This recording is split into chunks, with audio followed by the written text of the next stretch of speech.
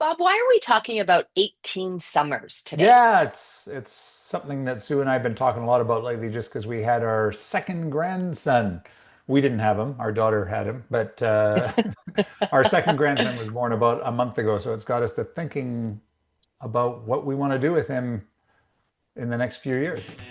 I love this on Dream Travel Share Unpacked. If you'd like to receive an email version of today's show, along with our weekly travel opportunities, click on the link below to join our mailing list. We promise to only send you one email a week every Friday. You can unsubscribe at any time, and we won't share your email address with anyone else. So, why are we talking about 18 summers? Yeah, this isn't a concept that originated with me. This is one of the ones I've heard before. But the whole idea is with, once children appear on the scene, and in our case, a grandchild, that you've got 18 summers, and then you kind of, hopefully you still have lots to do with your kids. That's all a good thing. But, the first 18 summers, you've got some unique things going on. We've been, Sue and I've been talking a lot about this lately, and I actually think it's closer to 10 summers.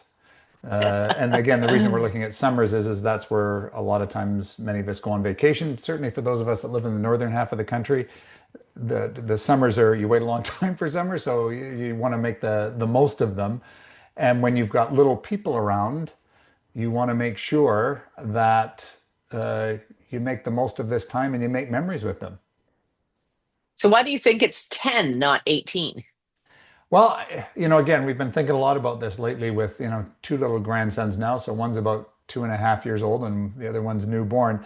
And so for the 2.5-year-old, so this is his third summer, and we get to spend lots of time with him, which is fantastic. But, again, we're spending a lot of time hanging out at his house and doing things as opposed to, he actually has been overseas, oddly enough. But in terms of creating travel memories with these people, they sort of have to be these little people. They sort of have to be a certain age, Hmm. and it's the newborn again. Spend as much time with them as we can, but we're not taking them to Euro Disney anytime soon, if you know what I mean, right? So now we're looking at when they're 5 or 6 years old, and then I look beyond that and I think, okay, well, once kids start hitting 14, 15, 16 years old, they've got summer jobs, they've got friends, which are way more important than grandparents at that stage, Yeah. and maybe girlfriends or boyfriends or whatever the case may be, and so it really is a small window that we've got to create memories with these people. And of course, for us, being in the business that we're in, travel is a way that we want to make memories with our children and grandchildren. Fantastic. So, what do you suggest our clients do? Well, I think I mean I think it's not just our clients. I think I would suggest to everybody that think about, and I think the older we get, all of us have an understanding of the fact that it's a finite window that we have with these people, right? So you and I both have children, right? So all of our children now are over 20, and I don't see those kids that much anymore, right? And we're pretty engaged with our kids, but they're Yeah. busy in their own lives, right? They've got their own lives, they got their own careers, they're doing their own thing. In this case, our daughter, we have a daughter and a son, so our daughter is the one that has the two boys. She's busy just trying to cope with being a parent, right? And also Yeah. building a career and do all the other things you do in your 20s and 30s. And so I think you want to think about these things. So you and your daughter just in the past few weeks, and your daughter's in her late 20s now, you took her traveling. I sure did. And talk about memories. It's fantastic. It was just an amazing, incredible journey. And it's something we always traveled as a family. So for the two of us just to travel together, it was absolutely I wouldn't change it for the world. Now I've got to come up with a good cruise for my son because he's next on the list. Yeah, yeah, I got to would love keep it equal. I That's right. and I Yeah, would love to do it all together, but the fact remains is when you've got a family, and they're young adults, it's really hard to get everybody's schedule coinciding. So we might have to do these you know, individual cruises going forward. right. So yeah, And again, so that brings me right back to 10 summers, right? So if you could yeah. go back in time, and I know you and Jed and your kids did a lot of this anyway, but if you could go back in time to when your kids were like between, say, the ages of 6 or 7 and maybe 14 or 15. And again, your kids are 2 years apart, like many people. And so if you think about that, now the window's getting even shorter, right? You've got sort of like, Yeah. 7 or 8 years maybe to make these really cool memories. So, again, it's sometimes we don't realize this until I don't want to say it's too late because there's always an opportunity, but the opportunity becomes harder once these kids get a little bit older and a little bit more busy. Yeah. So again, so to go back to it, what are you suggesting that people do?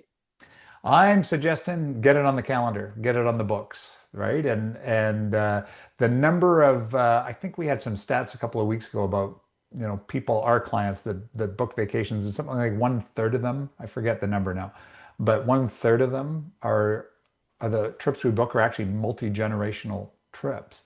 So Yeah. it might just be people traveling with their adult children, or it could be traveling again with three generations, which is pretty cool too. And of course, cruise ship vacations do lend themselves very well to that, just because there's kind of something for everyone on a lot of these ships.